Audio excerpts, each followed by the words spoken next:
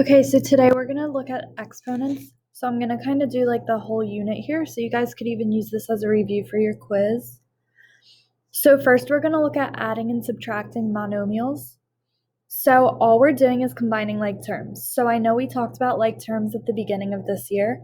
So like terms have the same variables to the same exponents. So in this case, both of these terms, we have 3x squared y and 11x squared y, they have the same variables, they're to the same exponents. So we just combine the terms in the front. So 3 plus 11 gives us 14x squared y. That stays the same. Now over here, 4ac minus 2ab plus 5ac, we have ac and ac. So 4 plus 5 gives us 9ac, but this one is 2b, so we just keep it minus 2ab. Because it's not the same, because they're not the same variables. So like something like 2x plus 3x squared, you can't do anything with because they're to different exponents. Now we're going to look at our multiplication rule for exponents, so this one will be new to us. So when you're multiplying two terms that have exponents, you're going to multiply your coefficients together. So 3 times negative 2 is negative 6. And then you're going to add your exponents for your common variables. So we have x to the 4th times x. If there's no exponent there, it's a 1. So 4 plus 1 is 5, so we have x to the 5th. Then we have y to the 7th times y to the 8th. So we do 7 plus 8 is 15. So your multiplication rule, your product rule, is that you add your exponents when you're multiplying them. Now our power rule is where we have something raised to another exponent. So we're almost going to kind of distribute this 2 into everything, but this is where we're going to multiply our exponents. So you're going to raise your coefficient to this exponent as well. So we get 2 squared, which is actually 4, so I'm going to write 4. Then we do 2 times 3 gives us x to the 6th. Y times 2 gives us y to the 4th. And 11 times 2 gives us z to the 22nd. So it's when you have an exponent raised to another exponent is when you multiply the two exponents together. Our quotient rule, so when you have a division of your exponents, you're actually going to subtract your exponents. So you can divide your coefficients. So 6 divided by 2 gives us 3. But then we're going to subtract our exponents. So we have x to the 6th over x squared. 6 minus 2 is 4.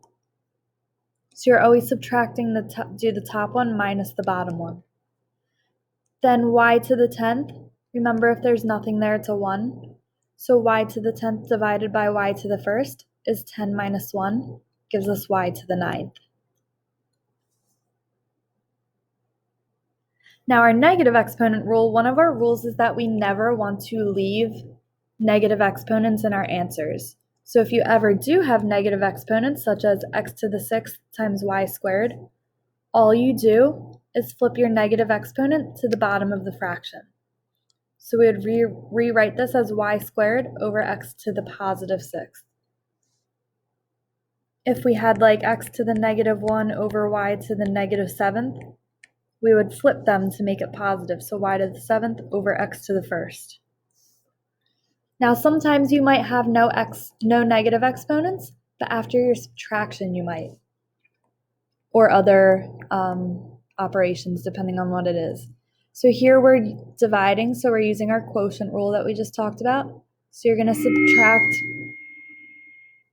subtract your exponents. So we have 4 minus 7. 4 minus 7 is negative 3.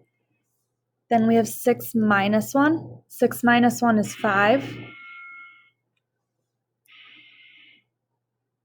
So we have b to the 5th, but we don't want to leave this negative exponent, so we're going to move it to the bottom. So our answer would be b to the 5th over a cubed. Now the last thing we're going to talk about is scientific notation. Scientific notation uses a lot of exponents. So the way to put numbers in scientific notation, you want your first number, it's always going to look something like this. And your first number has to be greater than or equal to 1, but less than 10. So if you have a whole number like 75 million, you're going to put your exponent or your decimal point at the end, and we're going to count how many spaces it takes us to get to that 7.5. So we go 1, 2, 3, 4, 5, 6, 7. So we're going to write our 7.5 because it's between 1 and 10 times 10 to the number of spaces we moved, so 10 to the 7th power. So if you move your decimal point to the left, you're adding like numbers, so it's a positive number. Now this one, since we're starting out with a decimal, we want to get it here because we want 6.54. So the number of spaces we move here is 1, 2, 3, 4. When you move to the right, it becomes more negative. So it's times 10 to the negative 4. So when we're going the other way, this exponent tells us how many spaces to move our decimal point. So we want it to get smaller when it's to the negative second. So we're going to move left 2. And if you ever have an empty space, you put a 0. So we have 0.035.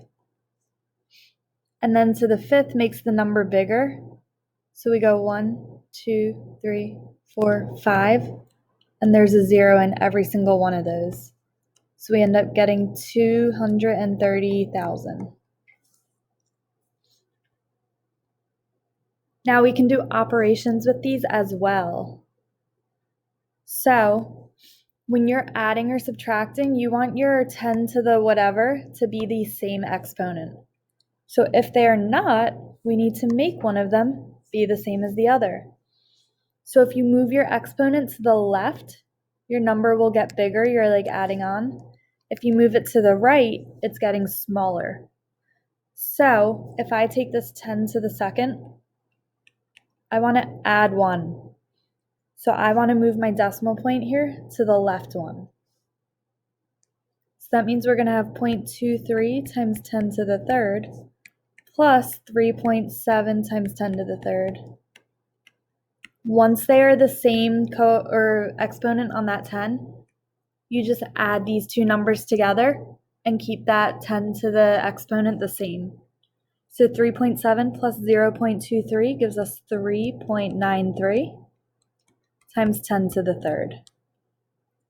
Now sometimes you'll have a number here that isn't between 1 and 10 once you do your addition, subtraction, multiplication, division. So your last step will be to turn it back into scientific notation.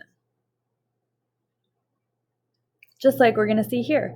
So multiplication and division, you don't need the same exponent on your 10. When you're multiplying, you just multiply them together. And when you're dividing, you divide these together. And then we do the same like exponent rules. So we have 9.8 times 3.1 is going to give us 30.08, 30.38, I mean.